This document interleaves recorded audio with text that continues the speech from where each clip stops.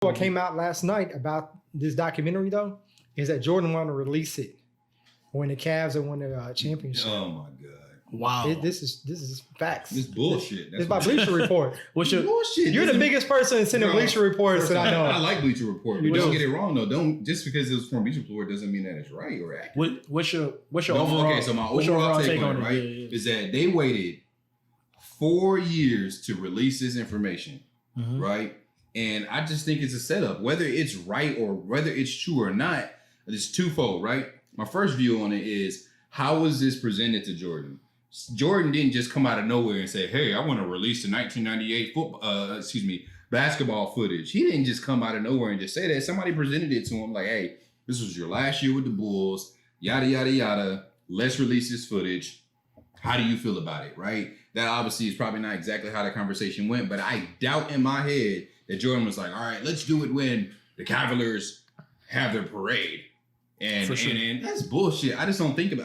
But it's a possibility. The The reason I can see it's a possibility, right? Because we don't know the ends of it, right? We're looking from the outside in, and this is just news that came to us. Yeah. And what we do is we discuss news. Exactly. So when I see it, I say, yeah, it could be a possibility. Why is this a possibility? Because of how crazy and focused Jordan was on being the best and winning and everything like that. Super competitive. When anybody has a conversation about the greatest basketball player of all time, no one's putting Kobe next to Jordan, right? We got Jordan and Kobe, but people of this generation will compare LeBron and try to give that debate to Jordan, which it has its merits. Jordan's still my number one. LeBron's my number three. That's what it is. Yeah. But Mike might have just been like, you know what? Nah, let's release this. Let's get this focus back on me about winning these championships and not LeBron so much. Because in all honesty, Jordan, I got a tattoo of Jordan, huge. My first one I ever had in my leg. Big fan of Jordan, but he's not the best person in the world. The greatest athlete in basketball by far, but not the greatest person.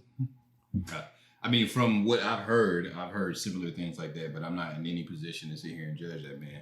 For sure. But I think that, again, my view on it was, and like we talked about yesterday when we were texting back and forth, mind you, we had a long-ass text message battle about this shit last night. I love the debate. And Didn't even read it. Dre was doing something else and then got back on it and was just like, bro, I'm not even going to respond to that. It's a freaking just book. so long. But either way, my take on it was, I just don't think the information was presented to Jordan the way it's coming off as in the media. And also, too, timing is everything, dude. And like I was saying Larry yesterday, that think about all the people who are born like after like 96, 97, who don't really care about Jordan, who didn't ever see him play, not once. And they're huge LeBron fans. What way to create more buzz and more, this media storm around the documentary coming out tonight, then come up with some stuff about LeBron and Jordan, or Jordan wanting to release the footage around the time that the Cavs won the championship in 2016.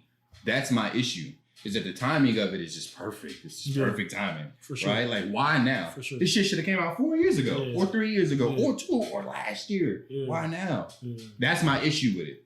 Like, that's what makes me think it's all BS.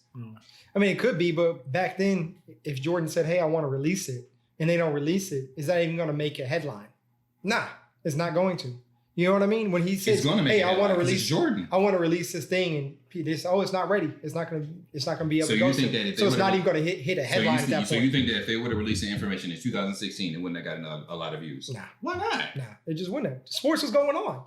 Right now is the perfect time. Everybody's going to tune into this because there's nothing happening. There's nothing going on right now. It's the perfect time to release it. But nobody saw this going on. No, of course not. But maybe it wasn't ready because they did a lot of other homework. They got Kobe interviews on here. They have Barack Obama interviews on here. Yeah. This took a lot of time to cut, edit, process, touch all these people. Yeah, for sure. This is, So for sure. We're just going to have to agree, disagree on this one. I guess we'll see. Yeah, time will tell. Whether it's true or not, even if Jordan does come out and say anything about it, he's going to come out and deny it. For sure. Either way. For you know what I mean? So For I guess we'll just wait and see, man, because at the end of the day, Chris is just gonna skip my whole take. So I was waiting for my last take. I'm gonna see into it. So the thing is, like, kind of like how Chris had spotlighted earlier. I'm gonna make it real short, but kind of looking at it, dude, I see 100% why Jordan would do this.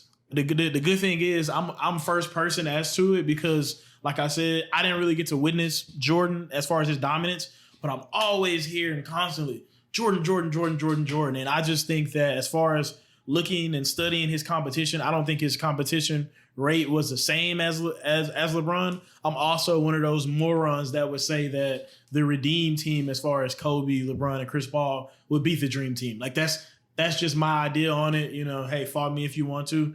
But I see 100% reason as to why he would do it. I mean, you got to think about it. You got Golden State beating their record as far as the Bulls. A lot of people were challenging as far as like if the Warriors was a better overall team than the Bulls before they lost.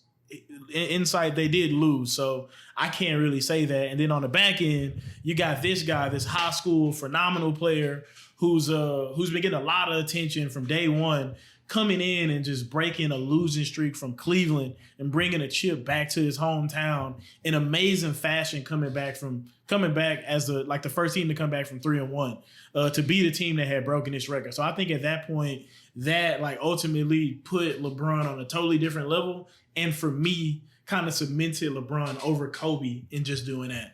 So I think, to me, it makes perfect sense as to why he would say, hey, let's go ahead and remind them who I am. I'm Michael Jeffrey Jordan, the greatest competitor we've ever seen. Like, they can't forget who I am. I'm Jordan. The GOAT. You know what I'm saying?